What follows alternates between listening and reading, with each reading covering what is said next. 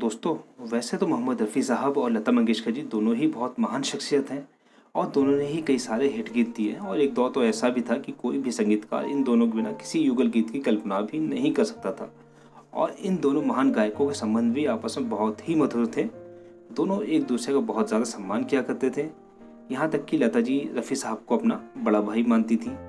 फिर भी ऐसा क्या हुआ कि लता जी और रफ़ी साहब के बीच मनमुटाव हो गया, और वो भी ऐसा कि लगभग 3 सालों तक दोनों ने एक साथ एक भी गीत नहीं गाया। क्या था वो किस्सा, चलिए जानते हैं। लता जी और रफ़ी साहब के बीच जो अनबन हुई थी वो कोई उनका निजी मामला नहीं था, वो एक प्रोफेशनल मसला था। दरअसल लता जी चाहती थी कि गायक और गायिकाएं जो भी हैं उन सबको गाने की रॉयल्टी मिलनी चाहिए। उनको केवल गाने की फीस मिलती थी, रॉयल्टी नहीं। लता जी का कहना था कि बहुत से गायक गायिका जब तक गाने गाते हैं तब तक तो कमाई करते हैं, और जब उनको काम मिलना बंद हो जाता है तो उनकी ज़िंदगी बहुत ही परेशानी में गुजरती है। उनकी बात बिल्कुल सही थी। इसीलिए लता जी चाहती थी कि अगर कभी किसी गायक के सामने ऐसी परिस्थिति आए तो उसको आर्थिक संकट का सामना ना करना पड़े और उसकी कमाई होती रहे।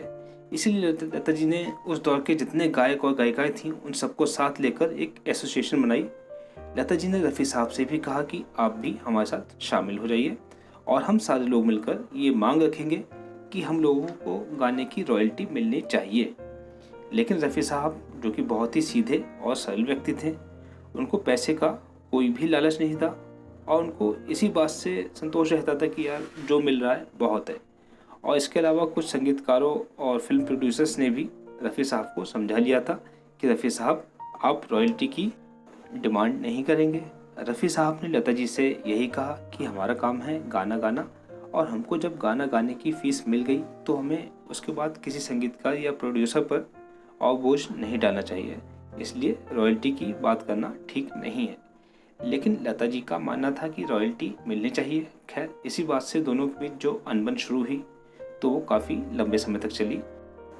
और फिर एक टाइम ऐसा भी आया कि दोनों ने एक दूसरे के साथ गाने से भी मना कर दिया।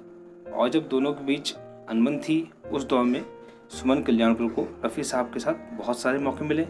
उनके कई सारे हिट गीत उसी दौर के हैं जब रफ़ी साहब और लता जी के बीच अनबन चल रही थी।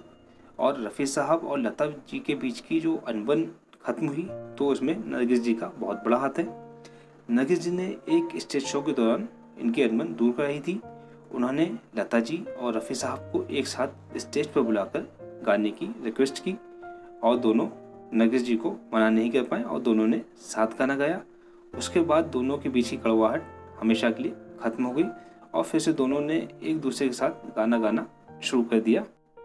दोस्तों, ये था वो पूरा किस्सा जब लता जी और रफ़ी साहब के बीच में कड़वाहट हो गई थी, लेकिन बाद में वो दूर भी हो गई।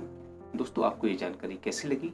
अगर आपको हमारा वीडियो पसंद आया हो तो प्लीज़ वीडियो को लाइक कर दीजिए, शेयर कर दीजिए, और अगर आपने अभी तक हमारे चैनल को सब्सक्राइब नहीं किया तो प्लीज़ सब्सक्राइब कर लीजिए।